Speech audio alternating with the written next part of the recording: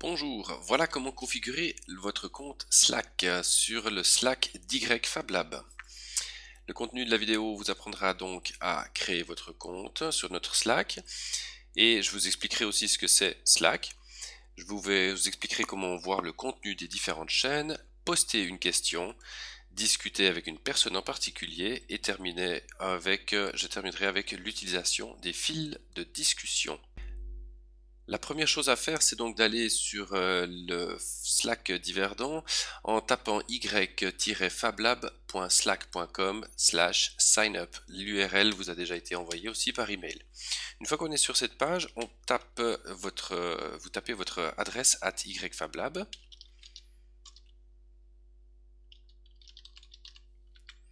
et on clique sur le bouton Créer un compte. On est invité à relever son email sur votre adresse email @yfablab.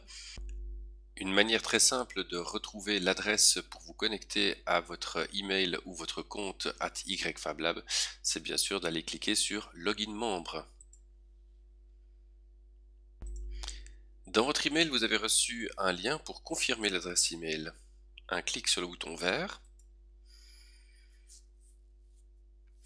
Ici, vous êtes invité à mettre votre nom complet.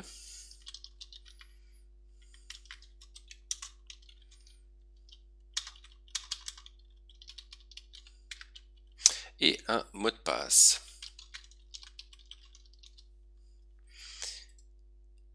Vous cochez l'option qui vous plaît et vous cliquez sur Créer un compte.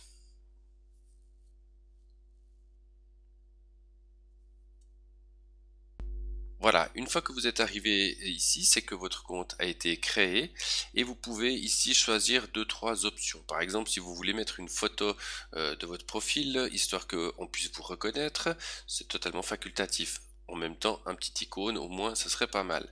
Ici, vous avez 2-3 choses pour vous familiariser avec quelques fonctionnalités de Slack.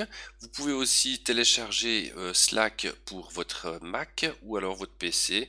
Ça dépendra en fonction de sur quelle machine vous êtes. Ici, ça sera Mac ou PC. Vous pouvez également connecter Google Drive, mais ça, c'est pas important pour l'instant. Ici, vous avez toutes les chaînes. Les chaînes, ce sont des canaux de discussion, un petit peu comme si c'était un forum. Alors, on va aller regarder ce que aménagement local nous dit. Ici, on voit que il y a des photos qui ont été postées avec des informations qui contiennent, qui sont relatives à l'aménagement du Fab Lab. Et voilà, les gens qui discutent et qui échangent des conversations. De la même manière pour électronique, etc. Vous êtes normalement déjà abonné à un certain nombre de chaînes, mais vous n'avez pas été abonné à toutes les chaînes. Ici, le petit bouton plus vous permet de créer des chaînes, ce qui n'est pas vraiment le but pour l'instant, mais ici, ça vous permet d'aller regarder toutes les chaînes qui sont à disposition. Chaque fois que vous voulez aller rejoindre une chaîne, par exemple si les achats groupés vous intéressent, permettent de partager vos opportunités d'achat avec les membres, on clique dessus. On peut voir quel est le contenu de la chaîne et si ça vous intéresse, vous pouvez cliquer sur rejoindre la chaîne. Vous pouvez également poster des questions. Par exemple, on va faire un petit exercice sur machine laser. Vous auriez peut-être envie de poster une question et demander: est-ce que quelqu'un pourrait m'aider avec la laser?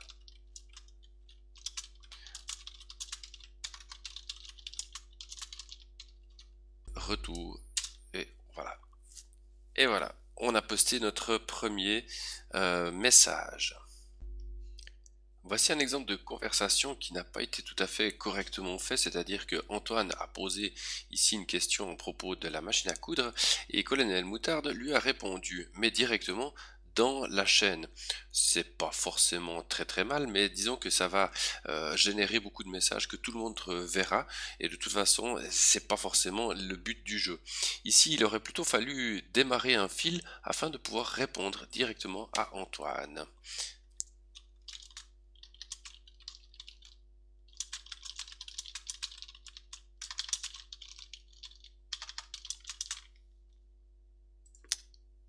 Et voilà, ainsi, les messages ne s'ajoutent pas dans la chaîne elle-même, mais on garde un petit peu les choses dans un fil de discussion et c'est plus simple de suivre et de répondre aux différents messages.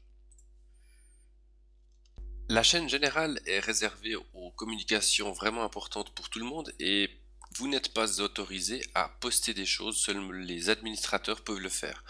En revanche, ici, je vais vous montrer comment accéder aux différents documents qui seraient partagés. Ici, il y a un document Google Drive qui a été partagé afin que vous puissiez vous inscrire pour les postes et tâches. Alors, si vous cliquez dessus, hop, on est automatiquement redirigé vers le document dans lequel ici vous pouvez écrire et faire les modifications qui sont nécessaires. À noter encore que Slack est notre canal de communication privilégié. On s'envoie très rarement des mails entre nous. Il existe une application pour iPhone, Android et le ton général de Slack est plutôt détendu. Voilà, cette vidéo est terminée.